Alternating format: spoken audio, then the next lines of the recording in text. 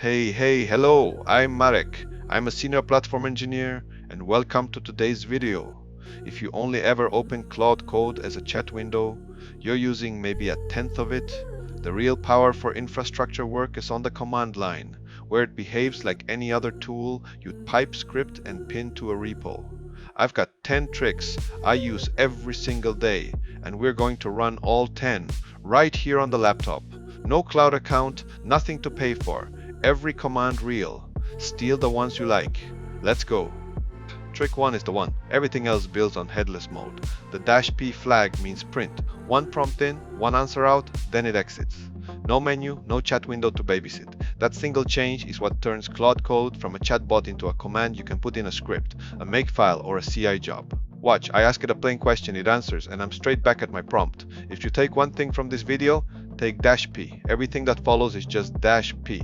Everything that follows is just -p. Everything that follows is just -p with a flag bolted on. By default, Claude Code stops and asks before it runs a command. Great when you're watching, useless in a script where it just hangs forever. Trick 2 fixes that. Allowed tools. You hand it an explicit list of what it may run and nothing else. Here I scope it to terraform commands only. Bash terraform stars and ask it to fnet a messy file. It runs, it fixes the spacing, it never prompts me. This is also your safety rail. The allow list is the leash. It can run terraform and it physically cannot touch anything you didn't name. Trick 3 is the highest leverage, one for teams. A claus.md file in your repo. Drop it at the root, write down your conventions, region, version policy, tagging rules, and Claude Code reads it automatically on every run in that directory. No more re-explaining your standards in every prompt. Here my file says we deploy to US1 and we pin every provider. I ask a bare question, no context in the prompt, and it answers from the file. Commit this once and the whole team gets a Claude that already knows the house rules. Trick 4 turns Claude Code into a building block for other tools. Add output format JSON and instead of prose you get a structured object. The answer, the session id, token usage, and the dollar cost of that call. Pipe it into JQ and you can pull out exactly the fields you want. Look at this, I grabbed the result and the cost in one line. That's the foundation for automation. Feed a log into Claude, get back clean, JSON, and act on it in the next step of your pipeline. No screen scraping, no guessing. Because -p prints to standard out. Trick 5 is almost free. Redirect it. Send the answer straight into a file or pipe it into the next command in a chain. Here, I ask for a one-line shell command and write the result into answer.txte, then cat the file to prove it landed. Think about what that unlocks. Generate a snippet and drop it into a config. Or fan the output into grep, into another tool, into a commit. It's Unix friendly by design. Claude Code is just another program that reads styd. Claude Code is just another program that reads styd and writes styd. Headless calls don't have to be amnesiac. Trick 6 -- continue picks up the most recent conversation in this directory, so the second call remembers the first. Watch, I tell it to remember a number, it exits, then a completely separate command continues the session and recalls it.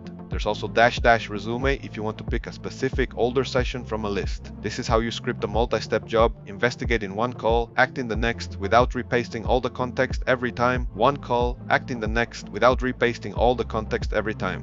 Trick 7. Build your own commands. Drop a markdown file in .claude/commands and its name becomes a /command anyone on the repo can run.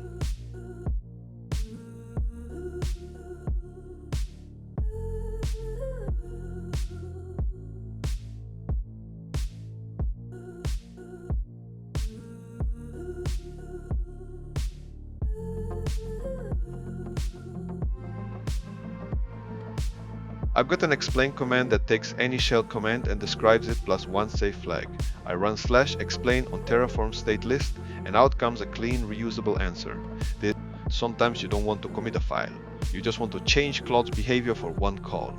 Trick 8. Append system prompt. You bolt a persona or a rule onto the system prompt right from the command line. Here I tell it to act like a terse SRE and answer in one command only, no prose. Same question as a chatty default would get a paragraph, but now I get exactly one line back.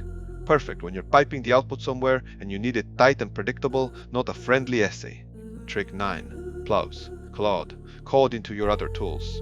MCP, the Model Context Protocol, lets it talk to servers that expose things like a file system, a database, or your monitoring stack. You register one with Claude McP add. I scope it local, so it stays private to this project and touches nothing global. Then Claude McP shows it back to me. Scope, type, command, confirming it's wired in. From here, Claude can call that server's tools as naturally as it runs. Bash. That's the bridge from a code assistant to a genuine operations agent. Trick 10 isn't a flag, it's the habit that makes the other 9 safe. When Claude Code edits your infrastructure, you read the diff before anything ships. I asked it to bump a variable default from 1 to 3, scope to the edit tool, and here's the change. One line, default equals 3, nothing else touched. Treat every edit like a junior engineer's pull request. Is it correct? Is it minimal? Would you merge it? You stay the last set of eyes. That discipline is the whole difference between fast and reckless. So there are your 10. Headless dash. B. Pre-approved tools. A CLAU AD for project memory, JSON output into JQ, piping to files, continuing sessions, custom/commands, on-the-fly system prompts, MCP servers, and the diff review habit that ties it all together. None of them need a cloud account. You can try every one tonight. Pick 2, wire them into your workflow this week, and Claude Code stops being a chat toy and starts being part of your toolchain. If this helped, hit like and subscribe. I post hands on AI DevOps tutorials every week. See you in the next one.